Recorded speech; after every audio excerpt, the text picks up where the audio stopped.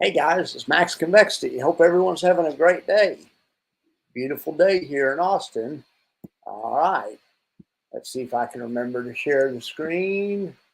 Do everything like I am supposed to. Okay, let's do a little of this. Now, first of all, you might notice I have a Facebook page now, and I'm going to put my address in the comments, and you guys can come do whatever you do, friend, follow. I don't know how that works on Facebook.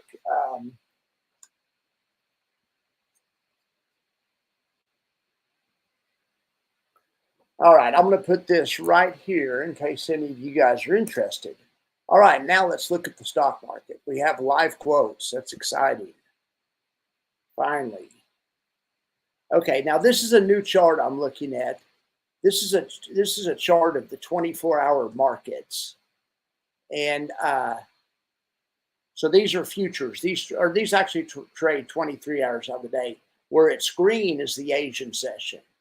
Where it's pink is the London session. So that happens from like 1 o'clock in the morning my time till till like 7:30 in the morning my time, and then the New York session starts and it's purple. Now these boxes up here are just, I guess, projections of where the AI thinks it's going to go. Anyway, it's just an interesting new chart to look at. So it doesn't work on cash markets, though. Let's look at the cash markets and let's see how we're doing today, okay? Okay, we're right in the middle of the Bollinger Bands. Look at that. That is a grind fest, just straight sideways. Straight sideways. You know, we're above where we need to be but I mean, boy, this would be a kind of day you would hate to own calls on or own puts. Losing on both sides. Market's going straight nowhere, right? Okay. We'll check out the spreadsheet in a second. Let's finish checking out. Boy, look at that. It tried to bust out of the Bollinger Bands. The Bollinger Bands are super compressed, but it's just, there's no momentum. This is in a, and it has been for a while. This market has been mean reverting ever since Friday at lunch. It's just gone straight sideways. Okay, so now we'll look at the old Russell.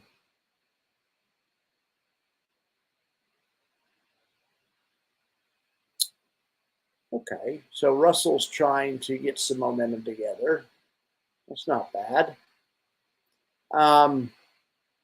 It's the strongest one of the bunch for sure. We'll look at old TLT. This is what TRES trades, and this one is pretty much going straight sideways still in the middle of its valley of death. Nothing really to see here.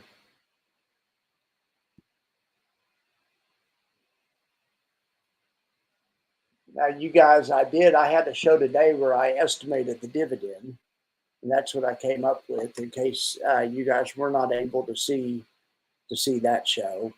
Oh, and I also estimated TRES and TLT, TRES and SPY-T. It just didn't make it to the banner. We'll look at all that stuff in a second.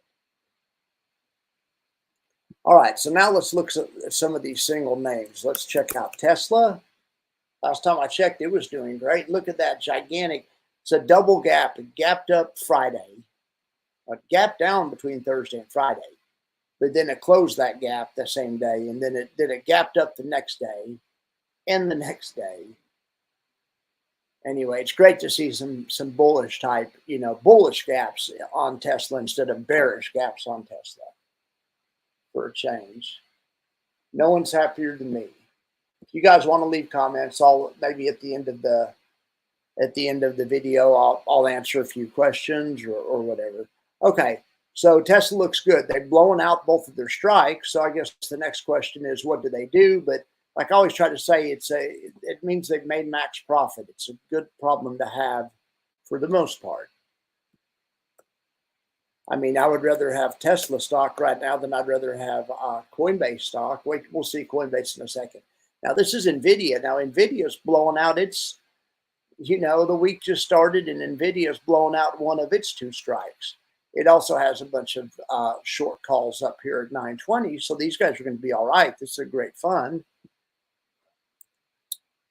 Let's check out Coinbase, which is Coney also by proxy. All right, so look at this one. This one's going the opposite way. You know, this one's trying to get some downwards momentum, or maybe it's a fake.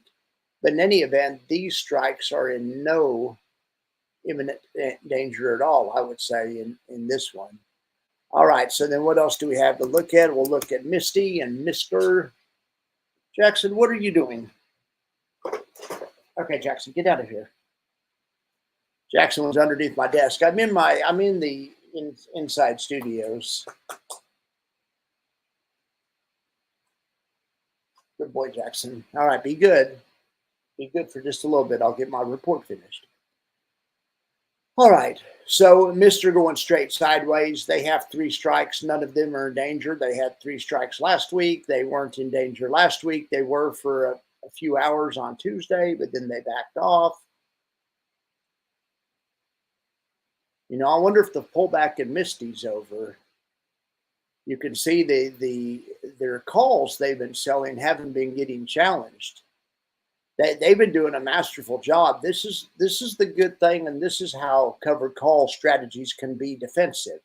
Because even if the market's going against you, people that sell covered calls are selling calls as close to the market as they think they can risk, but they're following the market down. They're ratcheting it down. You can visually see this, putting the strikes closer. Then when we get some upward momentum, they'll do the reverse thing. In any event, we're trying to flatten out here. I would love it if we could blow out some of our strikes and start turning around and going the other way, but that may be too much to ask for right now. Okay, so now it's noon. So let's look at the noon buffer report. Okay, and let's look.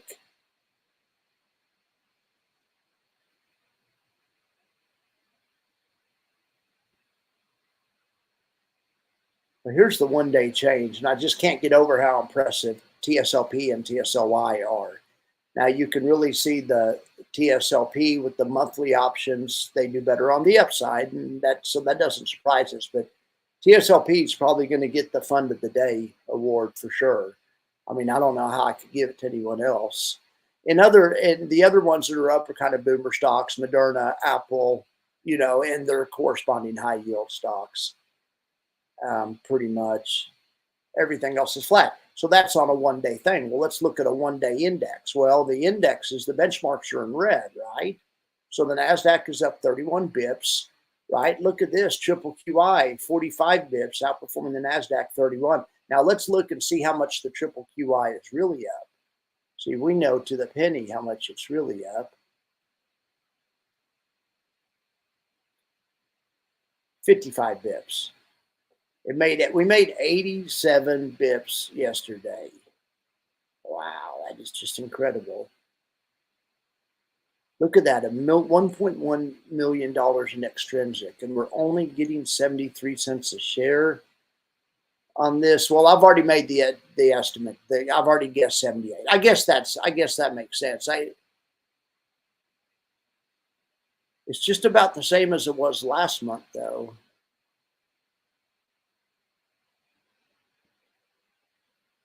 JEPY is the one that's just crazy out of line because it's 74 cents, but I guess 78. But that's higher than any month since I've been watching it, and not just by a little bit, by about 20%. So we'll see. It ought to be interesting. Okay, what else can we get in the middle of? Okay, so the buffer report, we got that. Let's look here. Let's step back a little bit further and get a little bit more perspective on this. Then if you guys have a question or two, I'd be happy to answer them. It doesn't look like you guys do. I hope this live stream is working. I hope I have audio and stuff. Someone write me a comment if you guys can hear me. All right, so this is the month of April. And even when you go over the longer time frame, you can see TSLP's done a little better on the upside. This month has mainly been upside action for TSLP. So nice job. I'm not trying to fanboy on TSLP, but it's a good fund. You know, they're just copycats of Yield Max. They're just Yield Max, except instead of doing weeklies, they do monthlies. So that means they're gonna yield about half as much. You know, where a Yield Max fund like Tesla might make 60 or 70, the corresponding curve funds, TSLP, might make 35, something like that, right? But because it makes less, it's also going to be safer just by the function of it making a little bit less. Okay, look, I did get some comments. Thank you guys for commenting. I was afraid that maybe I'd mess something up. I was up till 4:30 last night, sitting right here in this studio. But anyway, Doug, thank you for being here. Okay, yeah. Anyway, somebody was asking me on the morning show about Facebook and that there was a Facebook fan page for covered calls and they were talking about me. Anyway, so I made a Facebook page. Anyway, you guys want to go send me a friend request or however it works. My regular Facebook page is so I hate that. I've wanted to declare Facebook bankruptcy basically and make a new one. I have a really good Instagram that I use. Also, on Instagram and Facebook are the same thing. I should be able to kind of link them together. In any event, be looking for me there. All right. Well, let's look back at the market one more time before I let you guys go.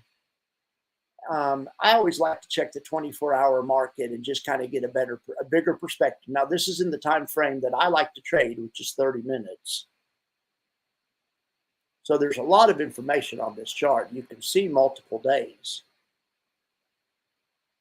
Really, it's too much information. That's why I love this new indicator, how it splits the days into colors. Because the 24-hour day, when you're trading, and when you trade futures, I used to trade futures, and it's on all the time. You can trade all day long and then go to dinner or something. Then you can get back in the Asian session. Sometimes it'll be rocking and rolling. Now, last night it wasn't. The Asian session's green. Then the London session, the overnight European session is while we're sleeping. It's midnight to 7 or 8. Then here's the New York session. But I'm just waiting for I'm just wanting to see a breakout or something. That's terrible. All right. Bitcoin trades on a 24-hour clock. I'm going to pull it up here, and we can now look. The AI really likes Bitcoin, and I have no idea what the AI is basing that on. I have zero idea what that is based on. We're going to start having lessons on market profile. I don't know if any of you guys are into market profile. We aren't going to have one today, but you see this formation right here that looks kind of like a bell curve laid on its side. That's market profile, and we'll get into some of that stuff later. And I mean, I'm not going to nerd out on it, but it's just one of many things that I like to look at. I'm thinking maybe you guys do too.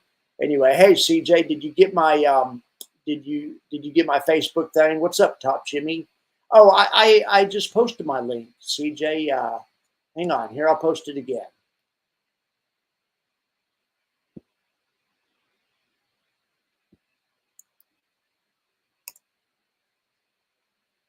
How about that, CJ? Did you see that? Oh, I lost connection. Oh shit. I didn't. I mean, I thought I was all right. I didn't mean to lose connection.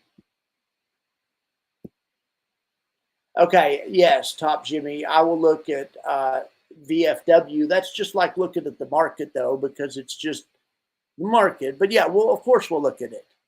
100%, Top Jimmy. Let's switch this thing to days. Let's get off of all these funky colors. And let's check a little VFW, which is just, I think, a total return fund, a total market fund. I think the Canadian version of VOO or VTI or whatever. So, but yeah, I could look at it in the time frame I trade, which is 30 minutes and days. But anyway, so here's the daily time frame for Bitcoin. So was it VFW or VFH? Vanguard Finance. Oh gosh, I have it right here. Jimmy noticed that I kept it in here because he asked me a question. Okay, now look, see, it just has that orange D.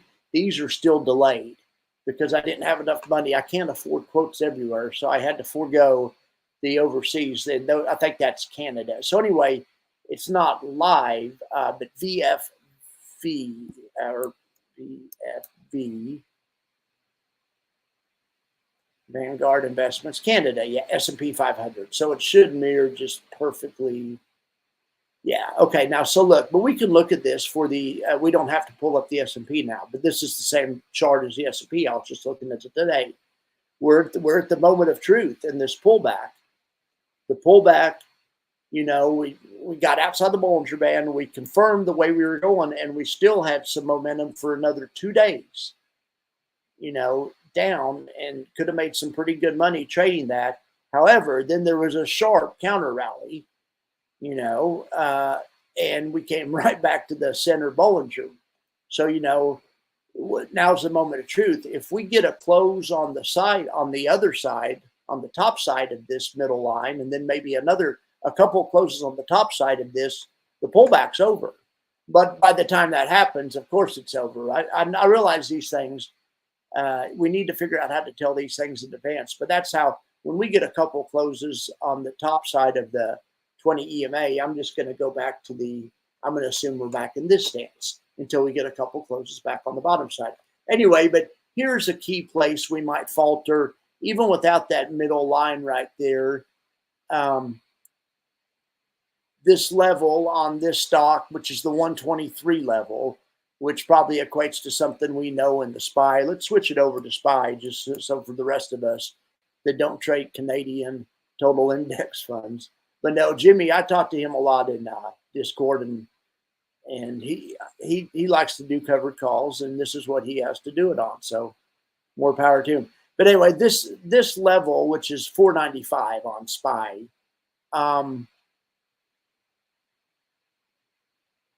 is kind of a key level, not really that much of one. I don't know. Over here, it stopped on this day, February 2nd, and then it screwed around, and then it went and it got on the other side of it, and then it sold off right to 495 a few times. 495 is kind of what you call key order flow, I guess. Anyway, they came down here and it tested it again. So I'm saying pullback's over, but I've been saying that since day 2. But I'm usually, a little bit on the overly bearish side. So anyway, if I lost connection for a little bit, I'm sorry. Okay, Top Jimmy, you have a limit sell order for 125.70 after closing that call. Okay, well, kick ass, right? I mean, you did well on that. I mean, you should have. You made a little bit of money on the call. Heck yeah, you got your. You made a little. You made premium, I guess. And then not only that, the stock is going your direction as well. So, I mean, covered calls are just such a tough thing. I mean, a lot of people hate them, to tell you the truth. I know I've taught them to people and they just hate covered calls. I'm thinking my friend Kyle, but it's because they cap their upside. They don't want their upside capped, because as soon as they pick a good stock, say they do Roku or something. They say they do something like ULTY. They pick out a high risk, stock and do covered calls on SoFi or, some $20 Mara or something. And they do calls that are $5 out of the money. Even though it sucks when you get exercised, you just made like 20% in like a week, because, a $5 move on a $20 stock, not to mention you brought in a couple of dollars for that. So you actually made $7. On a percentage basis, that's what ULTY is trying to do, is just swing for the freaking fences, and it's going to be feast or famine with them, but they're just going for the highest paying opportunities every time.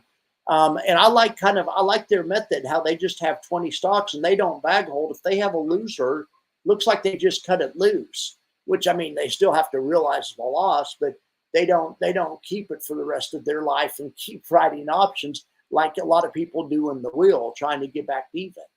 I think they figured they're just going to make it up by keeping the cast of high vol, characters running through there, and they just selling that, that high volatility every week by virtue of that covered call. and they're going way out of the money. Some of these calls in Coinbase and stuff are 15% out of the money, and you can do that because it's just a function of the IV of the stock, of course.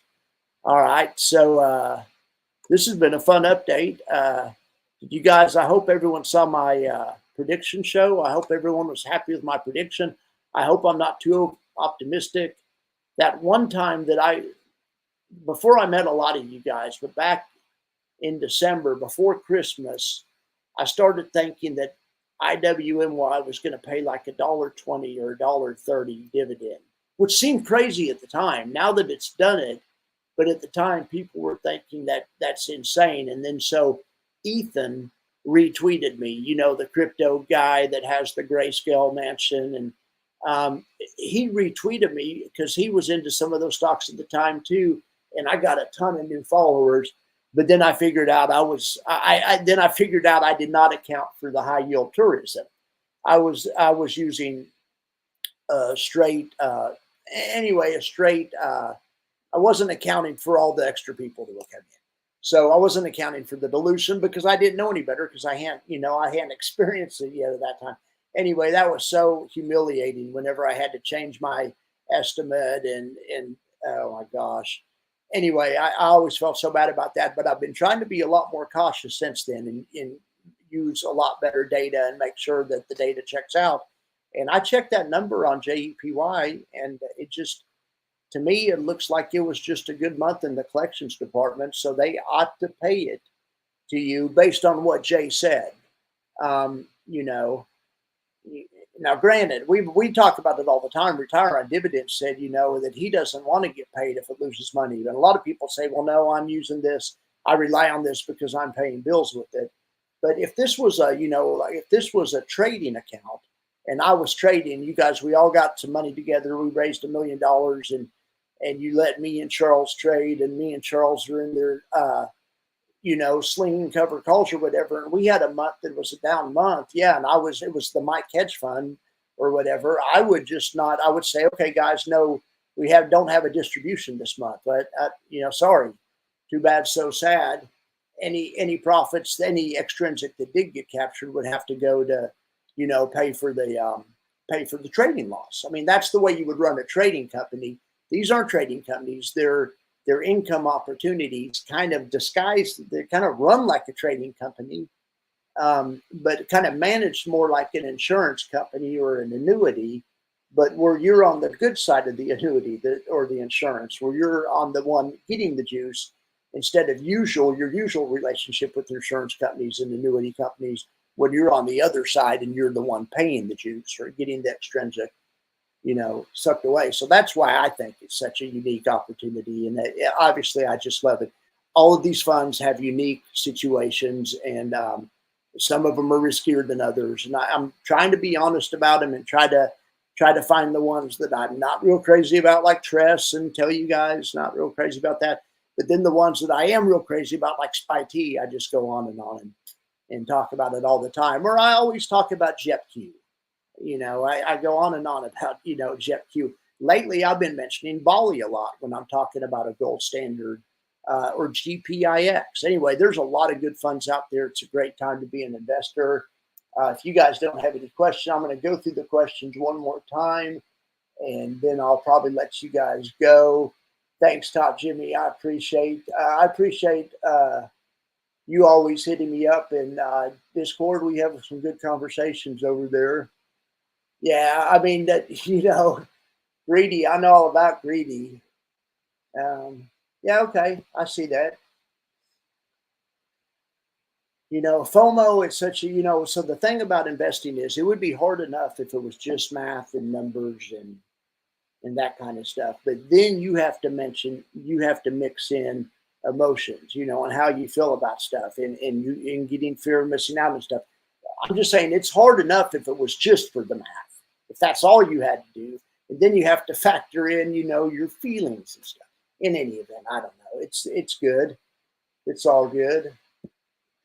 All right, guys, I'm going to get back to making some videos. I appreciate that. It's been a good check-in. I'll be back probably about 4 o'clock, and we'll see how these funds close today. All right, guys. You guys have a good day. Have a good afternoon.